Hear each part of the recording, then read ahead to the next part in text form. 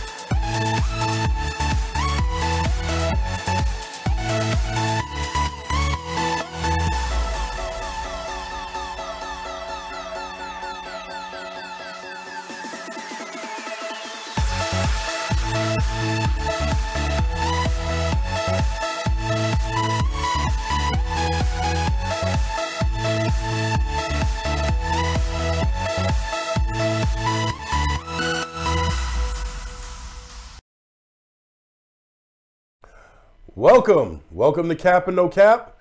I am your host, Kevin C. Meggett, joined with me by the illustrious community organizer, never gave up on his community, still fight for social justice where needed, Mr. Andy King.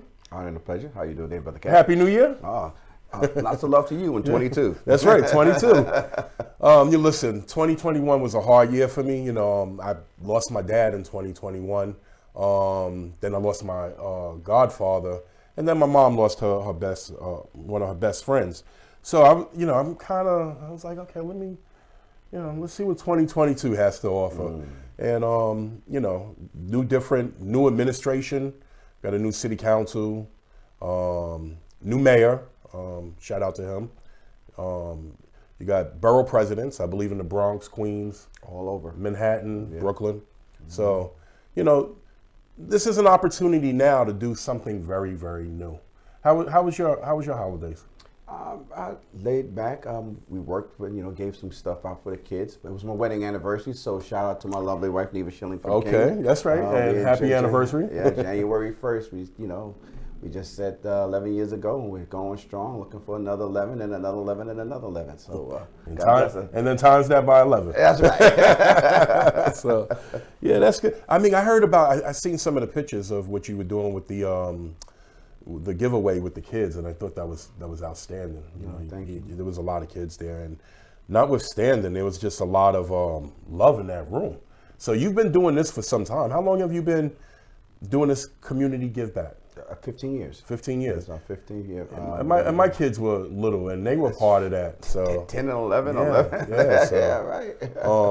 You've been doing this for a minute, and you still going strong with it. And when things come from the heart, that's where it comes from. And I'm really happy to see it just progress and get bigger and bigger and bigger.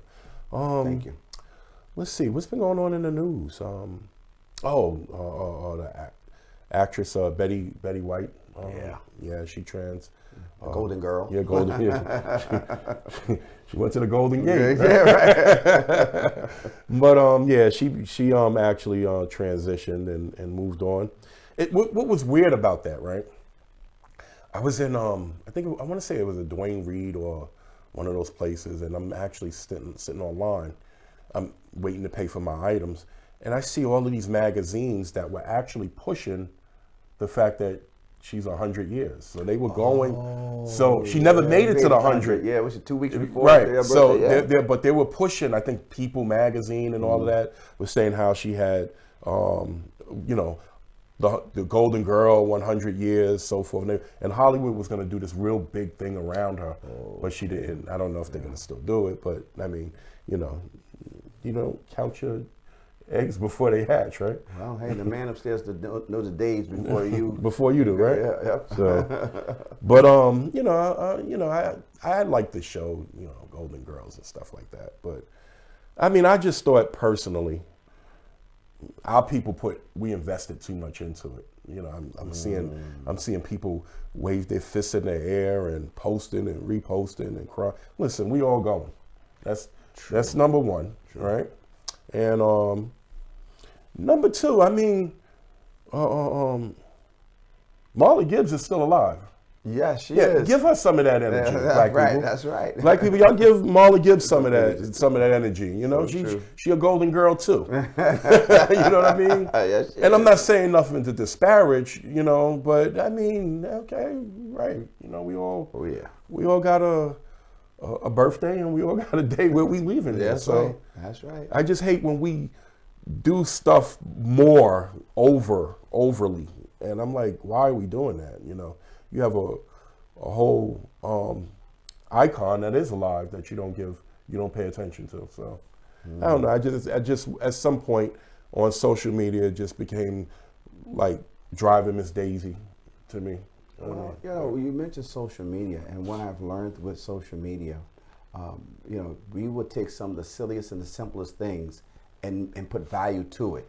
And then you'll get a post of someone, like you say, I get it. You know, someone who's been around, who's been entertaining folks, you give her props, you know, right. but no matter what color you are, right. you give them their props. But then when there is an issue at hand that of value, you act like it doesn't exist, right. you know, or you ignore a post that really should pay attention to, but you rather get caught up in the folly of stuff that's vainest to make it your reality. And so what I learned, and I say this to all our social media people who post up, I understand whether it's your Instagram or your Facebook or your Twitter, if you comment or chime in on anybody's social media, that means what? If it's a post that's serious and says something, that means you got to hold yourself accountable to that post. Right. Or you got to change your behavior. Even though it's something you said, wow, somebody just dropped some real science. If you were to say click a like, someone said, oh, they like that. Now you gotta explain yourself for liking something right. that's really deep and meaningful. Right. But if you say, I can chime in and say happy birthday, it's safe to say happy birthday to somebody, right. and don't have to be held accountable for nothing. Right. So that just shows you the power of influence in social media, which still allows people not to be genuine true to things they should be genuine and true to. So, but hey, she's gone. I wish her best in her days, and just as so many people transitioned and passed on, I wish them best in their days. And again, as we talk about transition, I got to give a shout out to Andy, Don, Pops King Jr., my father. Today is his 85th birthday, and he's in heaven hanging out. Happy birthday. Happy birthday, Pops. Happy heavenly birthday. That's right. Mr. King. So, I'm not a big Instagram. I'm mostly on Facebook. I'm not big on Instagram and other ones, but you know, I tend to always say something that always throws me in Facebook jail. You know, I just kind of wish that they had a more of a balance. Because there's some of the things. I mean, I've been thrown in Facebook jail for some of the stupidest things in the world. But I mean, you know, we live in a system that says that I'm white and I said so. So yeah. What are you gonna do? You know, I think a lot of people also they you know, during the holidays and stuff, they talk about, you know, oh, you shouldn't celebrate, you should celebrate. You know, so you know, everyone that's out there, happy Kwanzaa, belated Christmas, New Year. I'm glad. You know, I hope you had a safe, enjoyable time with your family, because we do actually celebrate, whether you say I celebrate or not, you celebrate by default. Right? Yeah, we kind of pushed in some corners on this one. It's by default. Yeah, I mean, nothing's open, right? You're eating something festive, you know. Mm-hmm. So even if you're working and say, oh, I'm working on Christmas, I'm not celebrating, well, they give you holiday pay. So you're still celebrating to a degree. You can't, you know, you're in a system. It's like a prison. You're in a yard. And so those are the rules of engagement for being in the yard. You know, one of the things I was happy after all of the holidays were over, you know, now we're at business as usual. You know, I advocate hard for veterans and veteran services, because I'm a veteran myself, as your father, your father and my father, your pops is hanging out with my pops. That's right. They both served in the Korean War, and I'm very thankful for their service. But people, I guess society in a whole, they only care about veteran and veteran issues starting in November. Starting for Veterans Day, they begin to let me care for veterans. And I think it's just, they fake care, I don't think it's genuine most of the time. Because right after Veterans Day, then you have Thanksgiving, and then you start to say, oh, these poor veterans who served our country, I hope they have a meal. And so, you give them a piece of turkey, and all of the dressings, and, then you push your own, here comes Christmas. Oh, the poor veterans. By January 1st, 2022, we're back to business as usual. Right. Who cares about veterans? And so I was really pleased to have organized what was something that I think we should maybe look at doing every year too. It was called VSO. Right.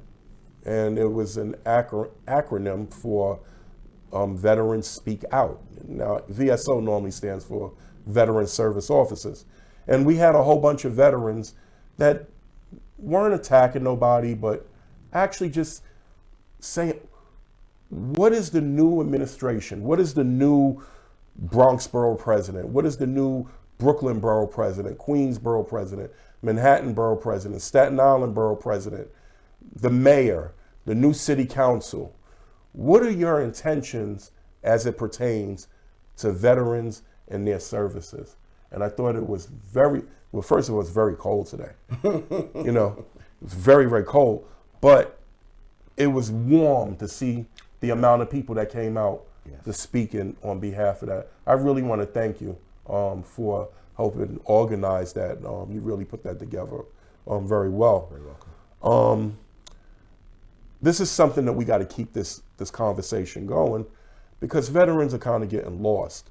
They run to the veteran to take pictures and photo ops, but they don't really care about pushing a veteran agenda. And so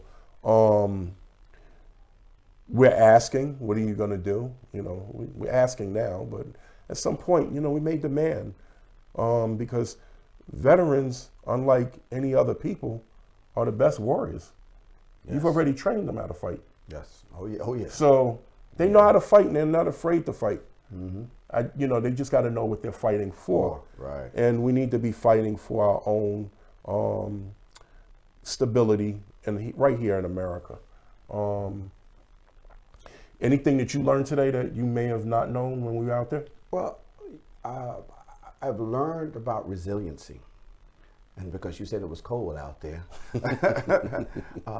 But watching those veterans and then, my dad would say it wouldn't make a difference whether it was 85 or 45 or 25 degrees when you were out there on the terrain, if you were out there on post, if you were out there, just fighting the war, the weather conditions you had to adjust and accommodate and persevere through. Right. And today was Millennium about all TV, bridging communities worldwide. We broadcast diverse international content from Europe, Asia, Africa, and now right here in the USA. Watch us via Roku on your smart TV. Submit your own content to 1530entertainmentllc@gmail.com.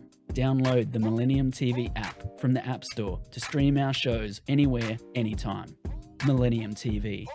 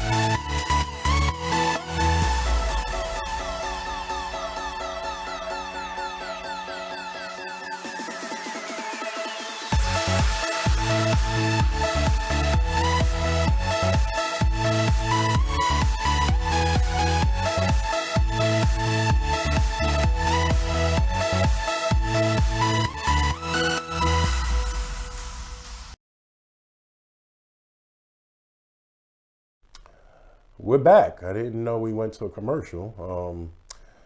You were telling me, I was asking you, what did you learn? And you were telling me about resiliency. And before we went to a commercial break, I was. You remember what you were saying about the resiliency? Well, see, one thing I've learned about veterans is my dad would share. It didn't make a difference whether it was 85, 45, or 25 degrees. You had to persevere in the terrain or on post or whatever it was. And that's what veterans have done. Some of them have persevered and had the resiliency to come back and go through whatever trials and tribulations, find something that they can get to hold on to live. And then you have those who have had the challenges of not being able to persevere. And this is where the country itself has kind of fell short in making sure that every veteran that returns back home on soil has a clear path, a clear lighted path to being in civilian life. That doesn't necessarily say that your whole essence is a civilian, because the military life is always a part of your essence. It doesn't go away. It's once you get a part of that in your blood, it's part of you. No matter if you turn to be a janitor or you go to work for FDNY, you go work for NYPD, you always have that military vibe of being in your soul. It's your military bearing. Yeah. So you can't ever say you're 100% civilian, because at any minute given time, if it's time to get into military mode, you know how to go into military mode. That's right. So how do we take a system and create a system that allows that road to be so different than others, so you can manage and maintain that essence of being post-military? That's right. You know? That's right. So once we can come up with a system that does that, then I think we're able to handle the challenges of the economics, the mental health, the physical health, or just the decision-making process that has to happen for every individual to come. Because it's different than the person who just graduated from high school, got a job, or went to college, came back. The reality is different. The thinking is different. So we can't treat it as the same. And once we do that, then we can navigate all the flaws that are in the system. That's right. One of the things I learned is that I didn't know how deep. There was two things I learned, actually. How deep. I mean, I never really knew until you had other speakers speak how deep this mental health thing goes. You know, that brother had more than one attempt at suicide. I'm like, wow. You know, I'm just glad the brother's better, and not only is he better, he's out here. He's out here helping other veterans. Yeah. He's helped how many? 29 million. Yeah. 29 million veterans. Yeah. Attached to their services. So I mean, that's nothing to sneeze at, you know. And who was the sister that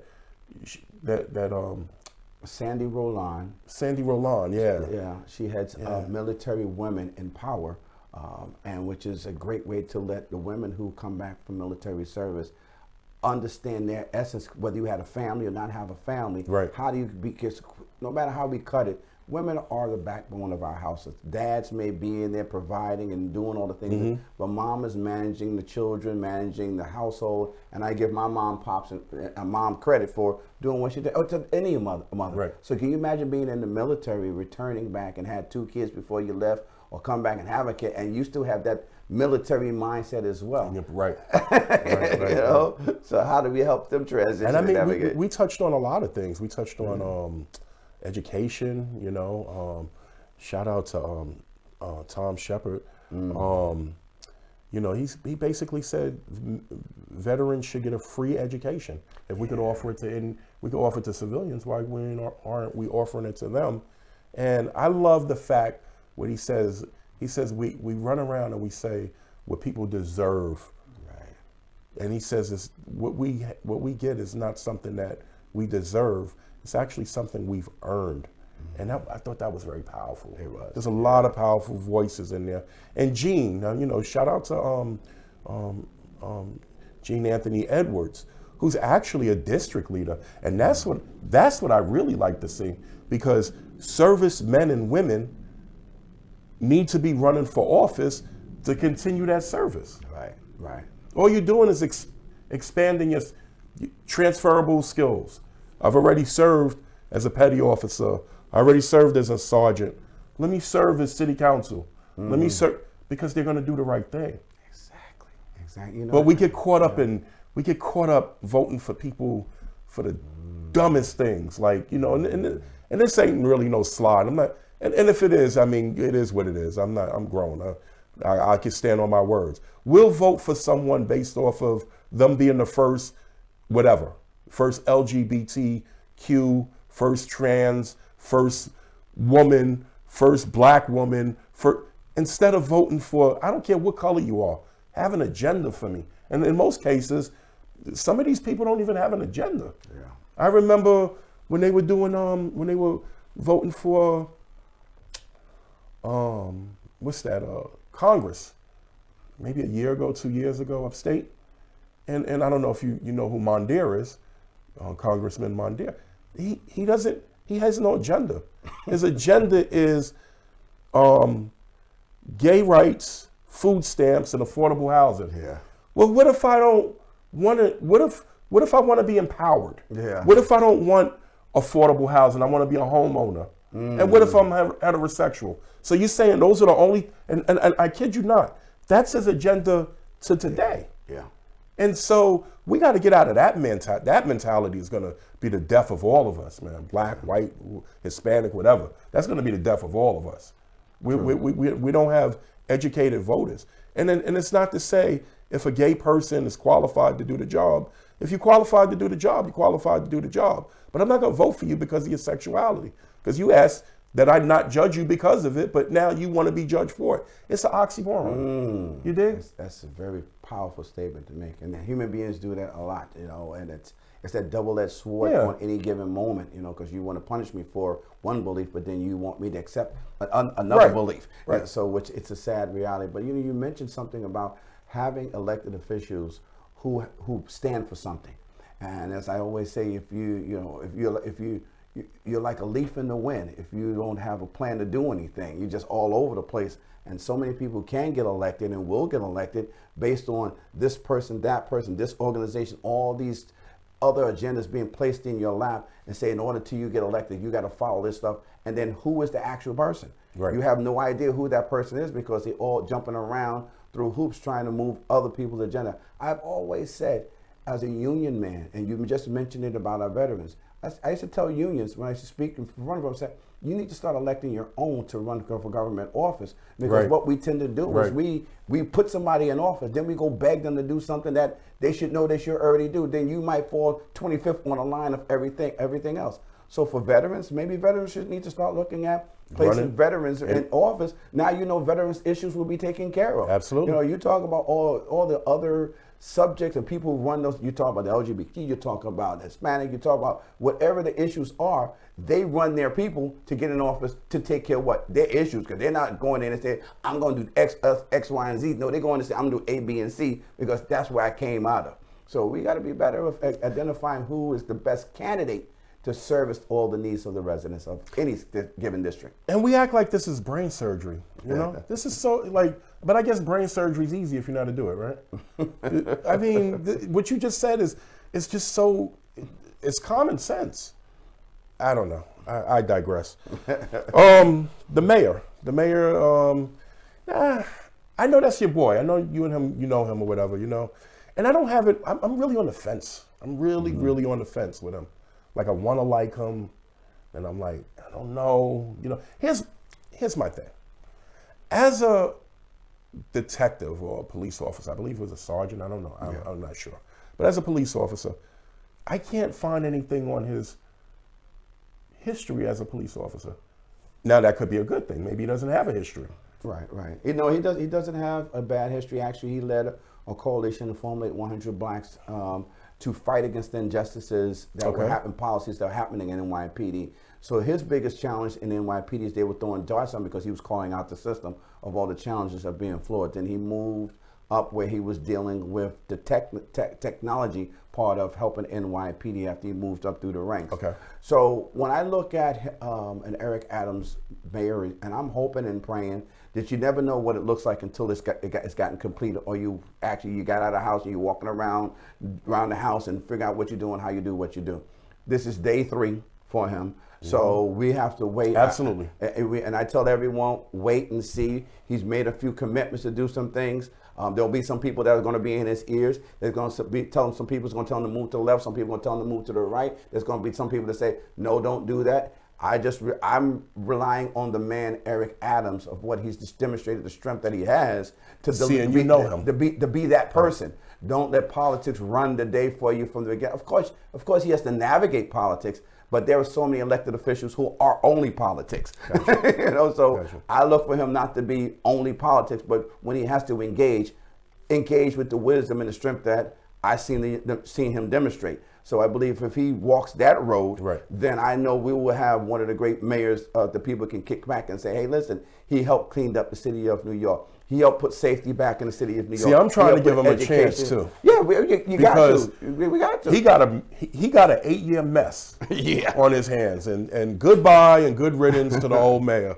And I hope I never see you ever again in any elected position. Well, I promise you, I really highly doubt it. But what makes me a little skeptical too, right, is that when I believe sometimes when white folks like black people need to become really wary of that. Yeah. That's my issue. I read a quote That's like my that. Yeah. that's my number one issue. When white people like black people need to be concerned. Yeah. But I'm trying to and I heard this cop got shot recently. And he had a press conference and I was listening to it. And you know, I'm glad that police officers doing better, Yes. whatever. Yes. Because I'm not, I don't want to see no one's life lost. I mean, Yeah. but when you look for something, you can find it. So as he's talking, I'm like holding on to every single word. And he gave like almost like a air high five to Patrick Lynch, and I can't stand Patrick Lynch, bro. That's the PBA president. Yes. He is Lynch. His first name should be Ku Klux Klan Lynch. You know what I mean? That's just my opinion. You know what I mean? I think he's I don't want to call him a white supremacist, but I suspect he's one.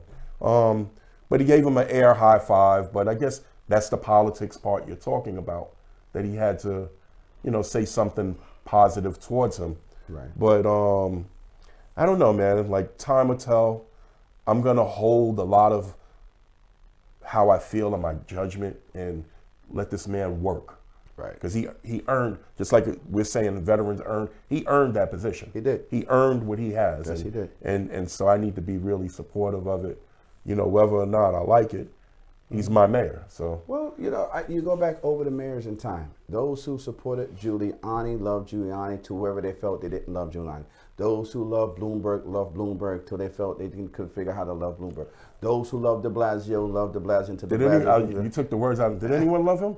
Well, you got to figure out, well, hey. I guess if you worked for him, you loved him, right? It was you work with him, but when he won the mayor, you were waiting to see what he was going to do. And I tell you, as much as people might have said anything they wanted to say about Bloomberg, that's when I came into the city council. Bloomberg left the city in a financial situation that was very, very good.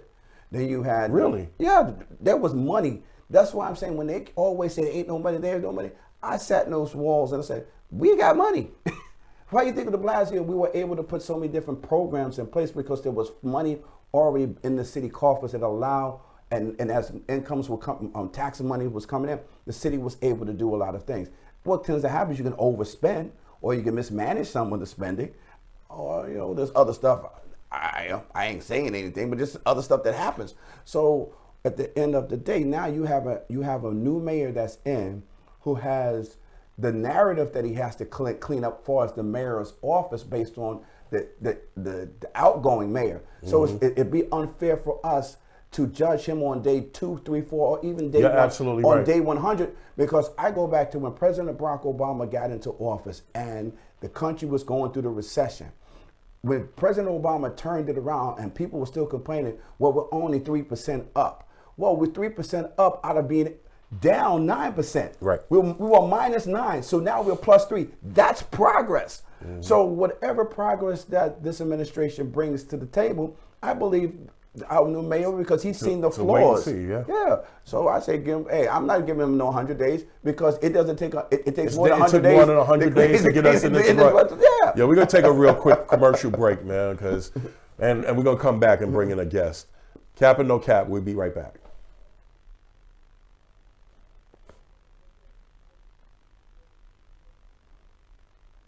Millennium TV, bridging communities worldwide. We broadcast diverse international content from Europe, Asia, Africa, and now right here in the USA.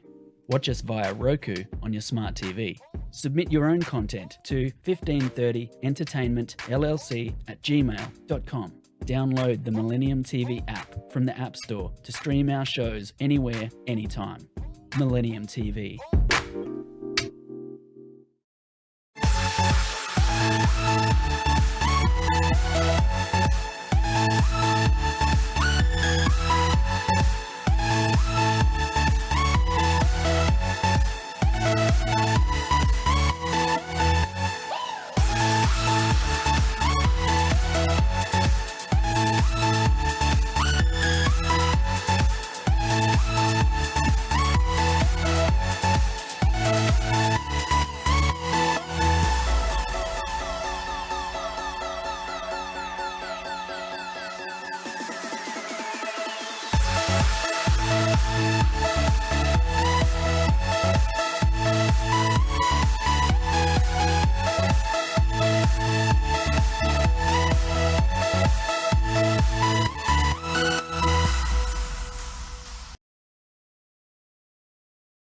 And we're back, cap or no cap. So, yeah, we were talking about the new mayor. Shout out to him. Shout out to you, Eric Adams. I'm gonna, give you more than 100 days. You got a lot on your plate. I'm gonna bring in a guest real quick. Her name is Harriet Hines. She actually, her and I have been friends for over 20 years. Yeah, wow. Her and I have been friends a real long time. She ran for city council, and she became an advocate for an African American, African burial ground in Brooklyn. Welcome back to Cap and No Cap, Harriet. You there? Yes, I'm here. Nice having me. Oh, thank you for being on. I appreciate you. So, Yes. last time we spoke, you were actually trying to save this African burial ground in Brooklyn. What part of Brooklyn is it in? Was it in? Flatbush, Brooklyn. It's in Flatbush? Okay. Yes. And at that time, then, Brooklyn Borough President Eric Adams wanted to put development on this. Is that correct? Yes. While I was I was a candidate running for city council in District 40, Brooklyn. It was brought to our attention that Eric Adams wanted to build him and Matthew Eugene developed a task force that wanted to build affordable housing on top of an African burial ground in Flatbush, Brooklyn, on the corner of Church and Bedford Avenue. And since then, what has changed? Well, the group that I formulated, African Graves Matter, is a national initiative that was formulated in response to the desecration of African burial grounds nationwide, and specifically this particular burial ground in Flatbush. Since May of 2021, we have been demonstrating in the streets on a weekly basis every Wednesday at 5:30 to spread awareness to the community, the city, and the nation that this burial ground is there. After multiple weeks of advocacy, sometime about maybe 2 months ago, Eric Adams decided that he too was in support of a memorial on the space as opposed to affordable housing. Okay, I was just talking to Mr. King about me being on the wall with the new mayor, you know what I mean? And, that's something positive to take into consideration, that he could reverse himself. And, it sometimes it's huge when you can say, oh, I got to change your heart. And maybe I was wrong. Not too many people can say that. So, that's a good thing. So what are the plans for this African burial ground now? Okay, well, let me say this. When he did make a public announcement, in the Daily News, different newspaper outlets, that he was in support of a memorial at the burial ground, he also wrote a letter to the mayor then, Mayor Bill de Blasio, asking that he too be in support of a memorial as opposed to housing on the burial ground. Since then, up until I would say December 30th, Mayor de Blasio's office did work with African Graves Matter for immediate remedies, which was to clean the space, which is a space that was overridden with weeds and rats and and greasy sidewalks from vendors. They actually had Department of Sanitation pop the locks on December 30th to allow us to go in to clean the site. Also, they did say that they were going to give us placards. We haven't received them yet, but that is supposed to be in the works.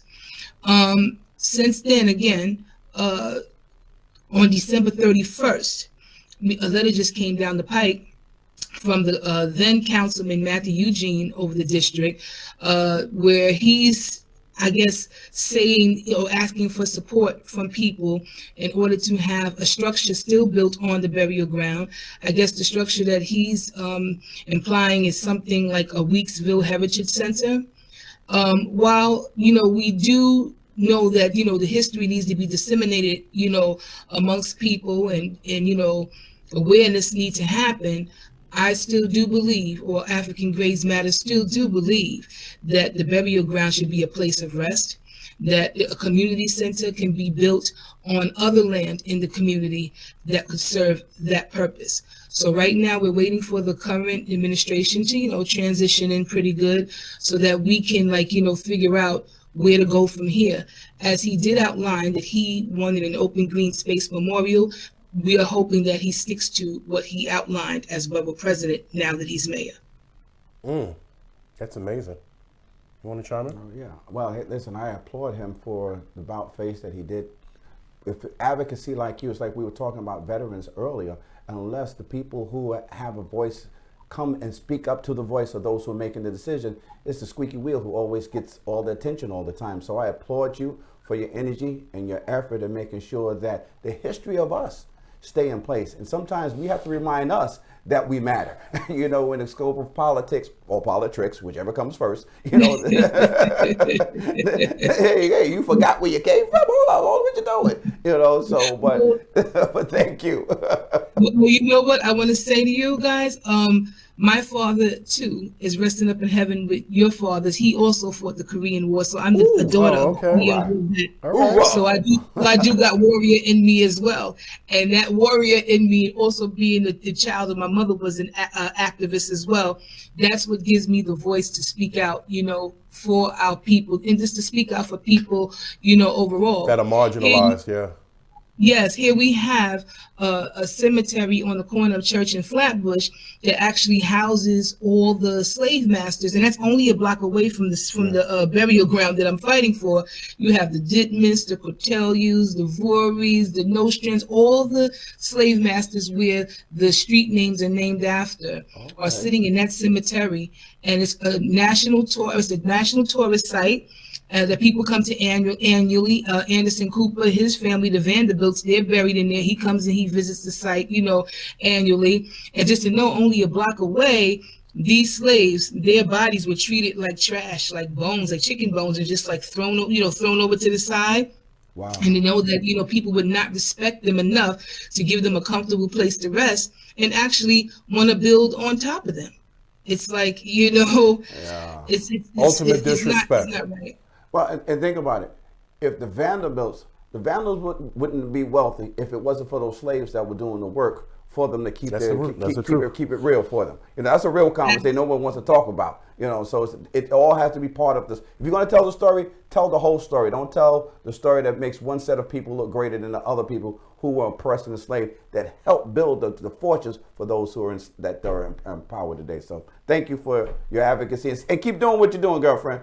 I'm going to keep doing it no matter how long it takes. Again, like I said, I do agree that we need to have some type of cultural center, but just not there. There's other places in the community, big places and big lots nearby that cultural center can, be built on, and these people just deserves a chance to rest. And while I'm here, I also want to just give a shout out to the national group that I'm involved with, the Bethesda African Cemetery Coalition out in Bethesda, Bethesda, Maryland.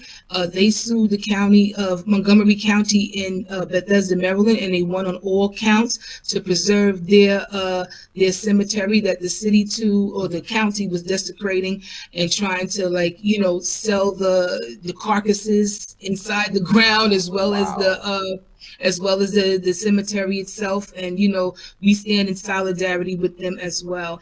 And I just pray too, even for the new coming council members, that they all make the right decisions and just know that we need to preserve our history and culture to share with the world. That's right.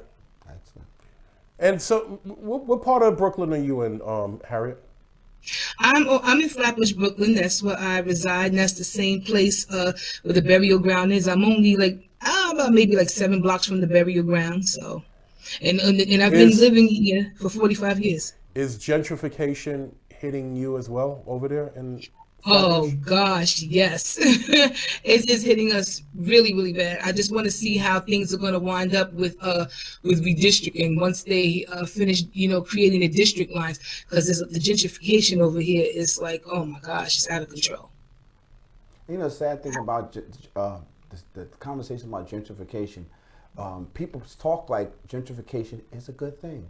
And it's not for the residents who've endured and been there for 50, 60, 70 years, been in a neighborhood that's been struggling or now is being empowered. And then when you empower it and develop it, you take the people who survived it, you want to remove them out of it and bring a whole set of new folks and enjoy all the investments that are being placed in it. So thank you for being a person who's in the fight and calling out the things that are just flawed and help people understand gentrification is not a good thing to displace people who've been there for all their years and their families have been there all year. And that's why they want to do that to the burial ground, because that was also part of a greater plan. So thank you for your fight and your struggle.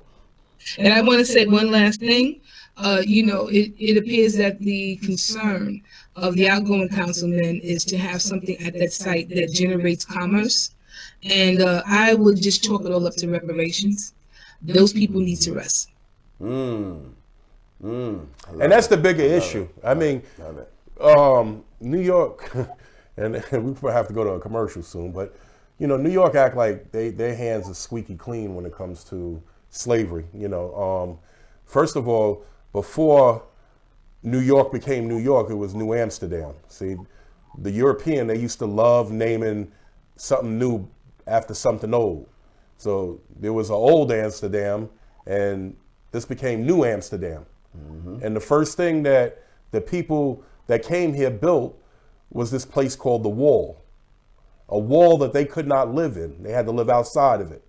And that wall today, we know that wall today that's Wall Street. And in Wall Street, you have underneath Wall Street, you have slave quarters where they would take people all the way up and livestock, so when you're looking at stocks and bonds, and I'm not going to be over-winded because we're going to get ready to take a break, but ultimately, when you're looking at stocks and bonds, what you're really essentially looking at is livestock in bondage. So New York has a very, very horrible history, and I don't think naming something we need something tangible. I don't know what it is at this point. But we got to get beyond just recognizing it.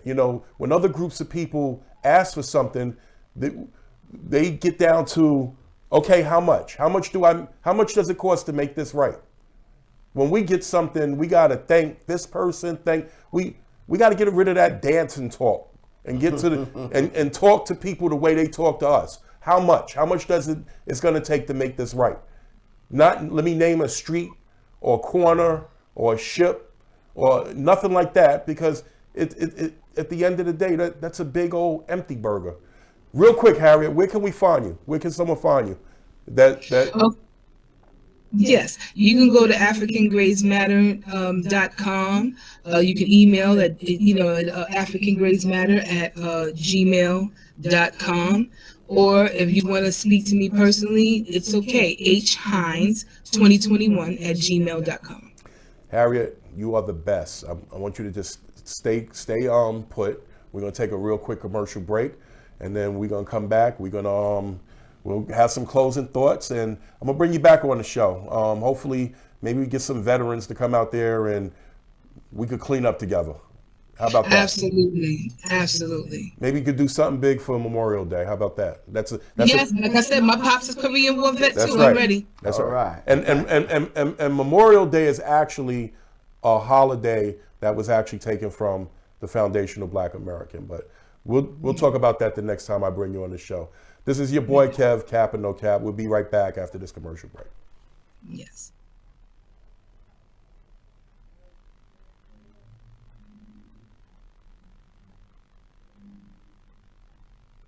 Millennium TV, bridging communities worldwide. We broadcast diverse international content from Europe, Asia, Africa, and now right here in the USA. Watch us via Roku on your smart TV. Submit your own content to 1530entertainmentllc@gmail.com. Download the Millennium TV app from the App Store to stream our shows anywhere, anytime. Millennium TV.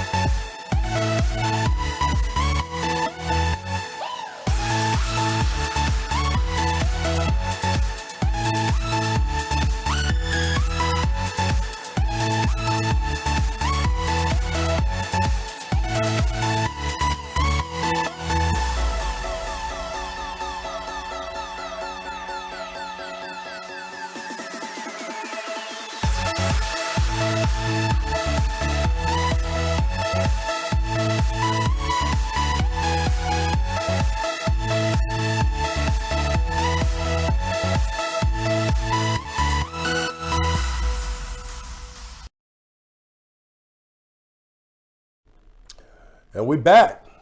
Final thoughts, man. Like I think her story is amazing. That's one of them stories where, it kind of turned out for the better. Like, because she was really stressed. She's like, I don't know what I'm gonna do if they build this affordable housing. It's so disrespectful. And I would always give her advice. Right. Like just, fight for what you believe in. Don't quit. Sometimes the truth has never been popular. True. Right. So true. I mean, you go back to the Bible, right? So many people have been crucified for listening to the word. So, right, so I want to applaud. I will applaud then at that time, borough president Matthew Eugene, city councilman, because at the end of the day, when you are elected to office, you have a responsibility to listen to your constituents. And you have to weigh out the balances of what's best for the district. Okay. Not necessarily every development which someone brings to you may generate one thing on one end, but what's the impact of the fallout for what it actually delivers 2 and 3 years from now? What do you take away? You might build some housing that put some housing in, but the sacred land that was there, you can't create sacred land. Sacred land is sacred for a reason, and it has longevity, and it has a story, and it has a history. So building something on top of it and say, oh yeah, underground, our foundation, but by the time you build a foundation, you've gutted everything else out of that anyway. So it's no longer has the same value that it has for the people who actually live there or who are laying in rest there. So while everyone across this globe has their sacred places, New York should recognize and respect not only the sacred spaces of other ethnicities, but the black who built this country, the black who was enslaved in this country, the black who's gone so much to stand up for this country, whether it was on Wall Street or in war or just fighting for their everyday freedoms. We got to respect that, but it starts with us respecting us first in order for the system who just respect us on day one, say we got to respect them on day two. That's true. That's a great analogy. And, just like before we went to break, I was talking about how how we couldn't live we had to live outside the wall of Wall Street, and they were selling slaves the goal was to get the slaves to Wall Street and that underground chamber. It's still there. I wish Wall Street would open that up so we could see. I mean, we try to hide the history. Sometimes sometimes you gotta bring out painful truths. Yeah. We need to have these uncomfortable conversations. We need to expose it and show, because you remember the first movie Die Hard, the very first one? Yes. That they showed it there. in that movie. The underground chain. Matter of fact, they would make these little chambers. I'm going to show you how deep this is. They would make these little chambers trying to get them to Wall Street, where they made these like little chambers, and they would have, and that street today is called Chamber Street. Oh.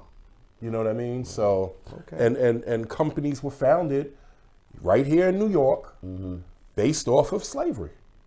Domino Sugar, Oh yeah. Oh yeah. Tiffany's. This is all Chase, Citibank. This all came from New York City slave money. In fact, the city council at that time, this is how deep it is, said the mayor at that time said to city council, we may have to succeed from the north because we are so tied in to the south financially that we can't afford to take that hit financially. I mean, and so slavery was all about finances. and so we don't talk about, those conversations. I urge the new city council, educate yourself. I think the issue becomes, I don't know how many foundational Black Americans that are on city council, and the ones that are not foundational Black American, I question how many of them really care. So people tend to only look out for their own interests. But let's not make a mistake. This is our narrative. This is the foundational Black American narrative that you are eating off of. And so you need to be mindful and respectful towards it. Well, I would say to all those council members and New Yorkers, they did build an African American burial ground. It's a museum it's down there in Lower Manhattan. When we had the press conference for the 3/5 clause, that when I introduced it, that said that the blacks were 3/5 of a human being according to the United States Constitution, that how do we remove the change? We did it there. So if you get a chance, go check it out, because you said it best. So many people will get in. They eat off the narrative of the foundational Black, because you talk about the beginning of America, it was white and black. The enslaved Black that came overseas and who got landed here and then served. Right. Everyone else came, and some are still coming to America, so they're still trying to find their niche in it, and at the expense of disregarding of all the history before that. It includes the Black person who's gone through the struggles that you may be going through today, and you're only looking at the narrative of what quote unquote America feeds. So how do we understand and encompass all of America? Is no different than understanding the Civil War that was won in this country because of the Black troops. When Lincoln had to call the Black troops in, other than that, we wouldn't have. Who knows what America will look like? The Union was losing prior to Black people's involvement. Yeah, Lincoln brought those Black troops up that was kicking butt, and they went in slaves, and they came out, and they went in enslaved, and they came out free persons because they went in and won the war for America. Right. And speaking of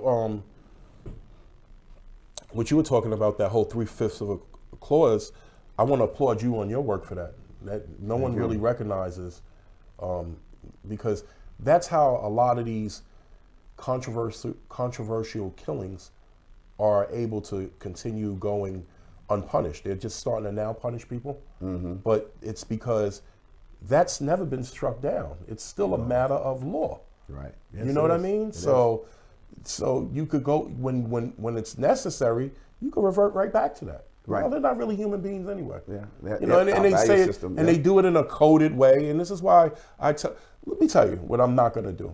I'm not going to sit and argue with other Black people. There's no points in that. You don't win nothing.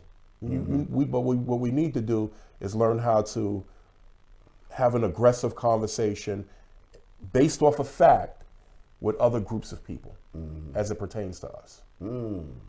So and that site is that Harriet has protected is just like there's other sites that weren't protected. I'm gonna tell you something that you may not know. There's another African burial ground, but they built on it. You know what it's called? World Trade Center. Yes.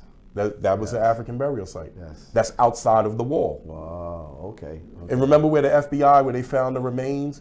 Yes, some while back. Yes. Right. Yes. This is that part of New York is where we were you found a lot of foundational Black Americans. Yeah, they dug up a lot of black graves. Yeah. Yes, that was our Harlem then and everything like that. Europeans lived.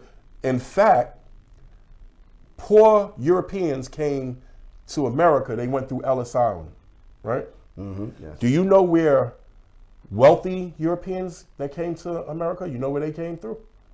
Talk to us. Soundview, in the Bronx. Okay. So when you look at places like Hunts Point and Pelham, you got Pelham Manor, Pelham Parkway, Pelham Gardens, Pelham Bay Park. It was one family that owned all of that. Yes. You know what I mean? So, if we're gonna do symbolism, like let's start naming stuff out. Let's start finding our own.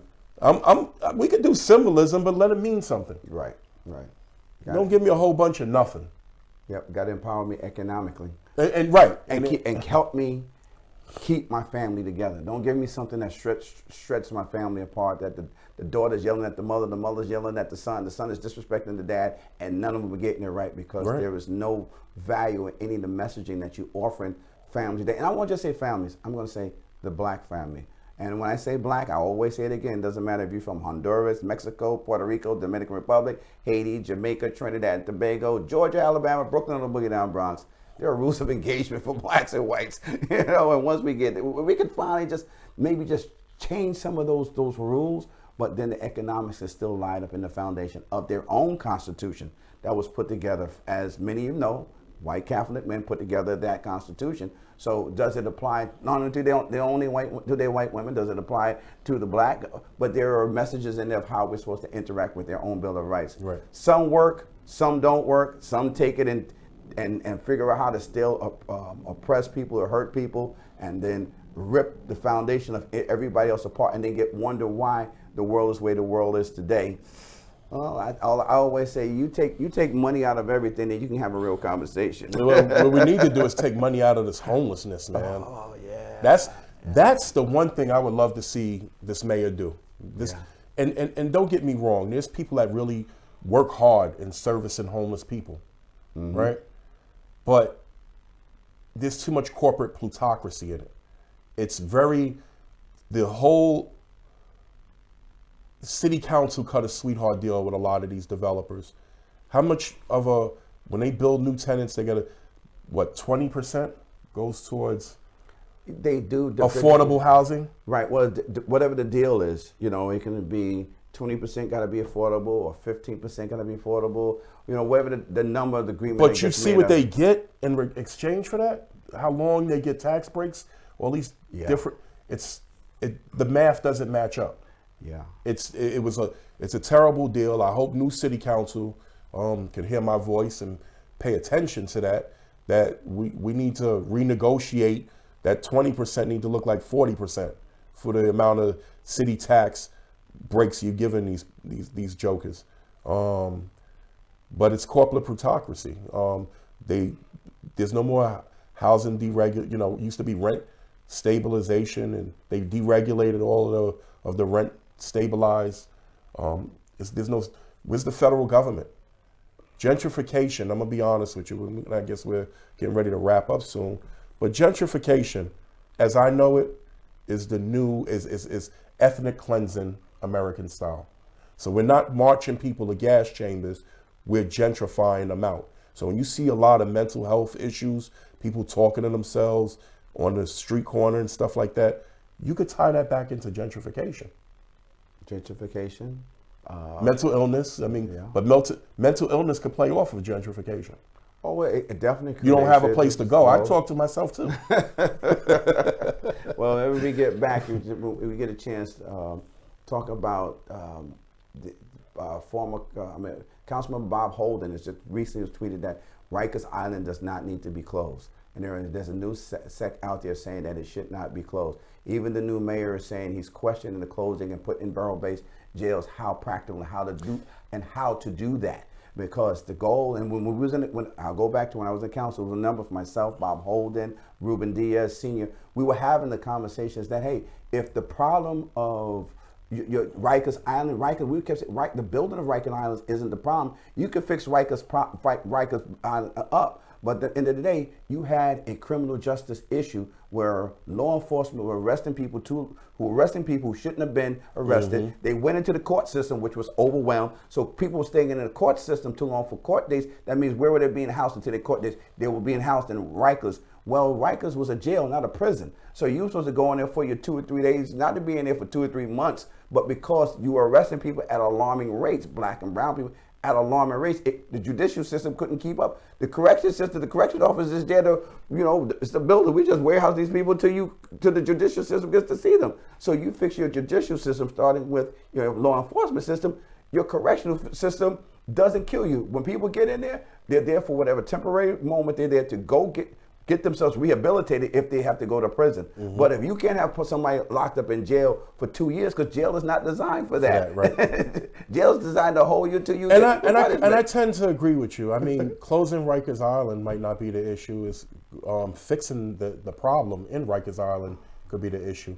But spreading it around you're spreading the problem around. You're just going to spread it now to all 5 boroughs. Essentially, that doesn't make any sense. Matter of fact, we're going to talk about that, but that's going to be the topic of next week. We're going to talk about the whole Rikers Island, and before we leave, veteran issues need to be really addressed, because there is a veteran shelter in Queens that is run a lot like Rikers Island. It's called Boarding Avenue, and I believe veteran shelters need to be run by veteran organizations, and there are a few good ones out there. And so they need to kind of make a pitch for that and get veterans to care for veterans, because only I think a veteran know how to care for another veteran. I love it. With that said, thank you for being with us on Cap and No Cap. I think we're airing tonight at about 9 o'clock. We're going to be on Roku, Apple TV. You need to download Millennium TV 24 on your iPhone and your Androids and all of your little devices. Thank you. We'll be back next week, and God bless. Have a good day.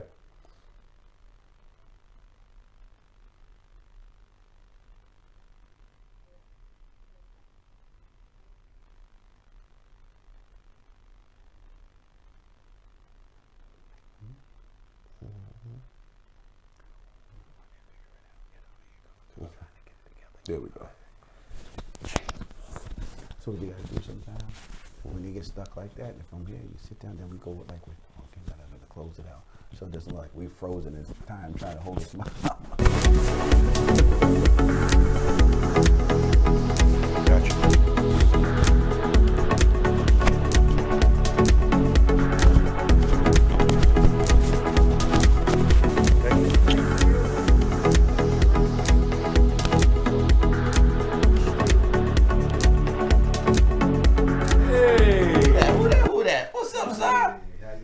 Good, man. How you feeling? Peace and blessings to you, man. Glad to see you, my brother. See you in a minute. Yes, been working. Been working on different projects, doing different things. Hard working man.